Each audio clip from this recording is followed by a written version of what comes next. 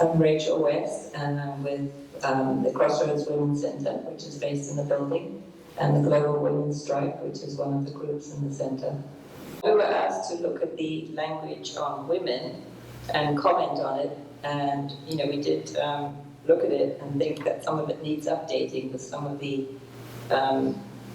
events and organising that's happened in the last few decades, particularly on women's unwaged work. We looked at the reference to getting protection from the UN and in ratifying the UN Convention on the elimination against discrimination against women. But we also wanted to mention that there was another document that came out of the UN, Decade for Women, which involved a grassroots effort to get women's unwaged work included, counted, and recognized in national accounts. And we were successful in winning a resolution from governments that the languages accurately reflect the value in satellite and other official accounts. So governments actually agreed that they were going to count all this unwaged work and put it into national accounts. And that was really significant,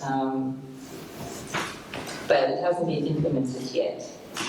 And the impact of it not being implemented means that women's poverty still exists, that if it had been implemented, it would have done a huge impact on eliminating and lessening women's poverty, but because it wasn't, women's poverty is enormously high in the US. 73% of the poor are women and children, and there's 140 million poor people and low-income people in the US. So the implications that they haven't implemented it are huge. But there have been a number of other very significant pieces of work that have happened. And actually, governments of the world agree they're going to count all the work that women do and put it into national accounts. And that's huge, because we think that work should be valued and paid for, because that is work that keeps the whole economy going, and it's completely invisible. So that decision, during those conferences, what came out was that women do 2/3 of the world's work for 5% of the income and 1% of the assets. And that figure tells a lot. But that hasn't been implemented, that decision. And in fact, there's a conference next year to look at 25 years since Beijing and what we have accomplished. And one of the key pieces in the conference that's coming next year is going to be that decision that was made in Beijing. So what is the implication, of it not being implemented? It means that we're poor. Women are poorer than ever. That out of the 140 million poor people in the US, 73% are women and children, and that's disproportionately women of color, women and children of color, Black, Native American, Latinx, are the majority of poor. But women are the majority of poor in this country, 73%. But we have had some gains that have happened, since then, that we feel that, the language should be updated in those documents based on, what we've gained. We got the Beijing resolution, and also the European, with the whole climate change movement, the European New Green Deal is calling for a care income for all caring work for people on the planet. And that's just recently we found that out, and it's fantastic. I mean, it's a real breakthrough. They're saying, instead of spending all the money, on what military and all of that, that instead people should get an income for caring for people and the planet. Farmers that are struggling, people that are doing all this important work should be getting an income, and that's where the money should be going in this country. The other piece that's important is that there's a bill in Congress right now called the American Family Act, And that gives universal child benefits to mothers or caregivers, people doing the caring work for children. And that's the first time in this country, where there's no benefits and no help for women and children. The American Family Act is, a really important piece that we're also pushing for, and it says that each caregiver should be given $3,000 a year, which is a lot if you're really poor.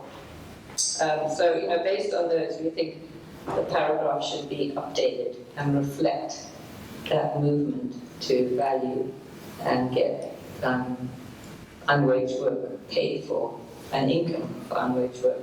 And we have a petition at the back calling for caring work to be valued and paid for. Some of the statistics I'll just give are, besides that, 40 million unpaid family caregivers in this country. So all the people taking care of their elderly parents, 40 million, they get nothing. And they're totally stressed, by the work of trying to do a wage job and then take care of their parents. Women do more healthcare than the whole medical industry in their home, taking care of people. So, when caring work is devalued, it means that we have a lot less power in society. We face domestic violence, you're stuck in a marriage, you can't get out. You can have your children taken away. A lot of people don't know there are massive amounts of, particularly poor women and women of color, who are having their children taken away by state agencies. It's enormous, and it's poverty is the reason that they're taking the kids away. Our wages are much lower in the work that is seen as women's work, like childcare, those kind of jobs are really low because women's work is devalued in the home, and so that they pay us nothing when we go outside the home. So that's an issue that we think should be included in the language to update it. But the other piece that is part of the whole UN women's work and is a major fight is on the whole issue of prostitution. I just came back from DC yesterday, where there was a bill to put forward to decriminalize sex work. A lot of women, because they're poor, a lot of mothers go into prostitution to survive. None of us think anybody should be working in sex work, to make a living, but unfortunately there are millions of women all over the world, and third world countries, there's no other way. In this country, increasingly, women are on the streets because welfare is being cut, food stamps are being cut, there's no money, and it's a major issue of battle. In the UN, it's going to be coming up at the Beijing 25 Plus conference. And in DC, it was a huge fight because the council put forward a bill to decriminalize sex work in Washington, DC. And there was massive opposition. There was a lot of people for it, but also massive opposition from a sector of the feminist movement who are, highly have NGOs, non-profit organizations that get a lot of funding on the whole issue of trafficking. And they see prostitution as trafficking and don't make a distinction, and that it's violence, and that women, should be doing something else, and they're determined to keep it criminalized. And so that's going to be a big fight in the UN, there's language around that. That would also be good to be included. But, we feel like we need a living wage. We as women need a living wage to be able to survive and have our work valued and recognized. And that's what we're campaigning for.